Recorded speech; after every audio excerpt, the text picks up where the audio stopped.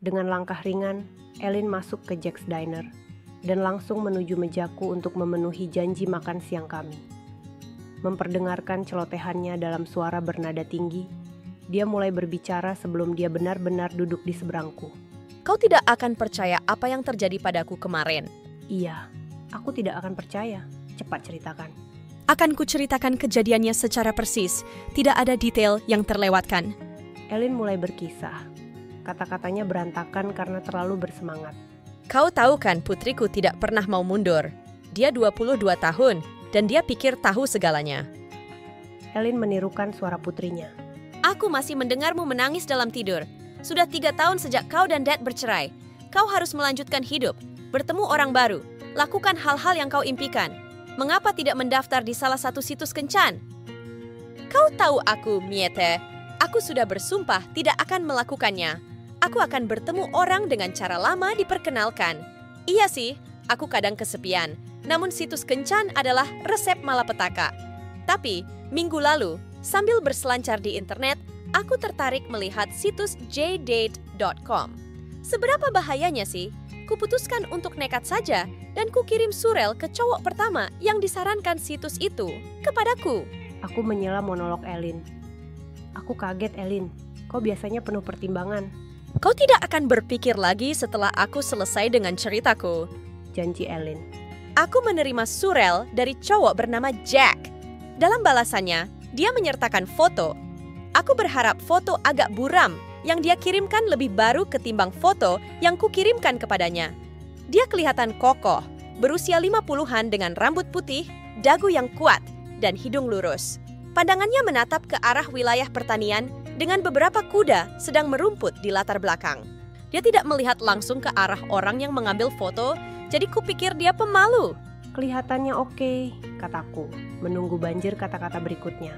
Dia mengenakan kemeja kotak-kotak yang warnanya sudah pudar dan jeans tua, seragam tipikal boomer.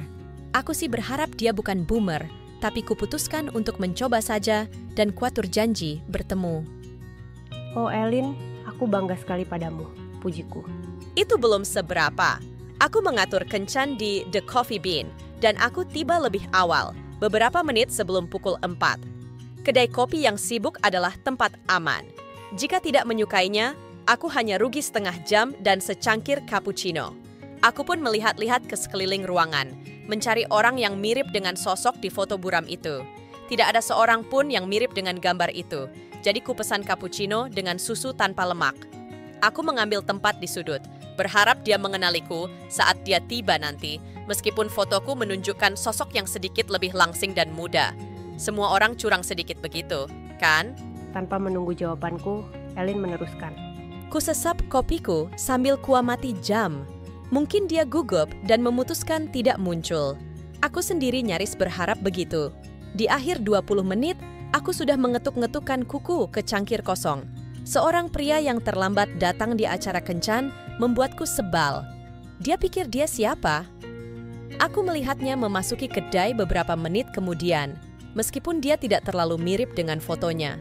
Aku menimbang-nimbang apakah aku harus bergerak lebih dulu dan memperkenalkan diriku atau menunggunya menghampiriku. Mungkin sebaiknya kudatangi saja dia dan kusuruh dia pergi. Setelah berpikir ulang, aku memutuskan memberinya kesempatan kedua. Oke, jadi tampilannya yang agak berantakan menarik perhatianku.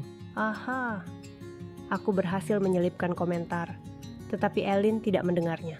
Dia menyebutkan pesanannya kepada barista, nyaris tanpa melihat-lihat ke sekelilingnya sama sekali. Dia membawa grande misto ke sudut tersembunyi. Apa-apaan itu? Memangnya dia tidak melihatku?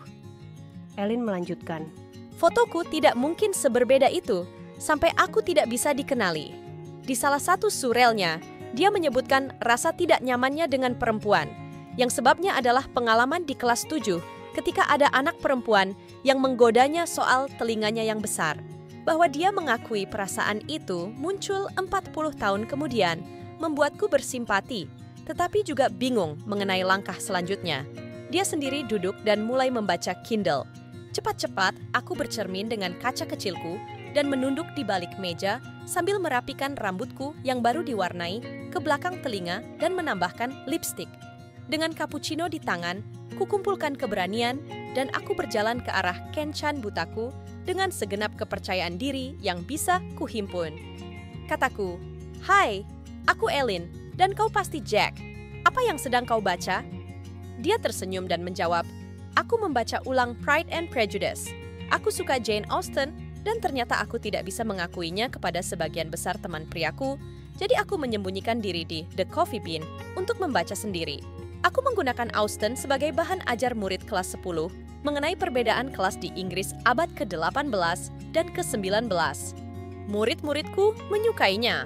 Kukatakan padanya, caranya terdengar seperti alat mengajar yang efektif dan bertanya apakah dia sudah pernah melihat Miss Austen Regrets di Masterpiece Klasik pekan lalu. Katanya, dia melewatkan pertunjukan karena menonton pertandingan Broncos. Aku mengomentari lemparan Tebow yang luar biasa saat overtime. Kau tahu apa katanya? Ellen lantas menjawab sendiri pertanyaannya. Katanya, aku jatuh cinta. Kau penggemar olahraga. Rasanya wajahku menghangat. Dia menggodaku. Bayangkan tuh. Kenapa tidak? Kau cantik saat berhenti bicara selama 5 menit. Ellen terus menyerocos, mengabaikan kata-kataku. Dia bertanya, bagaimana aku bisa menonton pertandingan kalau aku juga sedang melihat Masterpiece Klasik? Kukatakan aku merekamnya. Apakah dia tidak pernah tahu soal TiVo? Kubilang, siapapun yang menggunakan Kindle, pastilah cukup fasih dengan teknologi. Aku tidak terlalu melek komputer. Semua gawai itu bikin aku bingung. Apakah kau sering menggunakan komputer di pekerjaanmu? Tanya Jack, lalu memberikan sinyal agar aku duduk sembari mengambilkan kursi untukku. Kuceritakan padanya pekerjaanku sebagai sekretaris hukum di kantor Jaksa Agung dan kugunakan pekerjaan serta kursus paralegal yang sedang kuambil di Broward Community College sebagai alasan tidak ada waktu membaca fiksi. Dia bertanya, apakah aku ingin menjadi pengacara? Kubilang, sudah agak terlambat untuk itu. Tapi katanya, jika itu yang kusukai, maka sebaiknya kulakukan. Kami bergeser dari topik pekerjaan ke hobi kami melancong. Dia bercerita baru saja kembali dari perjalanan safari di Afrika Selatan. Kataku, kedengarannya seru sekali, meskipun terlalu liar untuk seleraku. Aku juga bercerita mengenai perjalananku musim panas lalu ke Italia dari ujung ke ujung, meskipun perginya dengan kelompok perjalanan. Ellen melanjutkan setelah mengambil napas cepat. Kami bicara dan bicara mengenai jutaan hal. Aku tidak bisa ingat semuanya. Saat barista mendatangi meja kami dan bertanya apakah kami ingin memesan lagi, barulah aku melihat matahari sudah turun. 2 jam berlalu dengan begitu cepat. Jack berkata, "Rasanya kita sudah tidak bisa berlama-lama lagi di sini. Bagaimana kalau obrolan kita lanjutkan sambil minum-minum di Sportsman's Bar sebelah?" Hatiku rasanya lompat sampai ke tenggorokan. Kenapa tidak? Setelah mendorong kursinya ke belakang, dia berkata sambil berdiri, "Aku ada pengakuan kecil." Untuk sesaat, suasana terasa canggung. Jack melihat ke arah tangannya. "Oh Tuhan, aku berdoa. Apa yang salah? Jangan sampai pria tampan ini mengaku dia sudah menikah atau yang semacamnya. Aku tahu situs kencan menjanjikan anggota-anggota lajang, tapi dia bisa saja berbohong. Atau mungkin dia sekadar bersikap sopan dan sebenarnya tidak menyukaiku sama sekali." Aku menelan ludah keras-keras, menyiapkan diri mendengar kabar buruknya. Katanya, "Namaku bukan Jack, namaku Greg." Aku menggumam sesuatu semacam, "Oh maaf kupikir."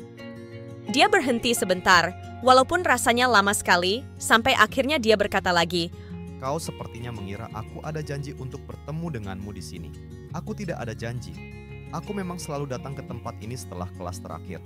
Saat kau menghampiriku, aku sama sekali tidak tahu siapa kau, tetapi kau cantik, ramah, dan menarik. Dan ya, kupikir apa ruginya." Hanya kau, Ellen. Hanya kau yang bisa. Terima kasih telah menonton. Ingatlah, masa depan ada di tanganmu sendiri. Jangan takut mencoba hal baru seperti Ellen yang berani keluar dari zona nyamannya dan mendapatkan kejutan manis. Bagikan cerita ini jika kamu merasa terinspirasi dan jangan lupa untuk like, komen, dan subscribe untuk lebih banyak kisah penuh arti lainnya. Sampai jumpa di video berikutnya.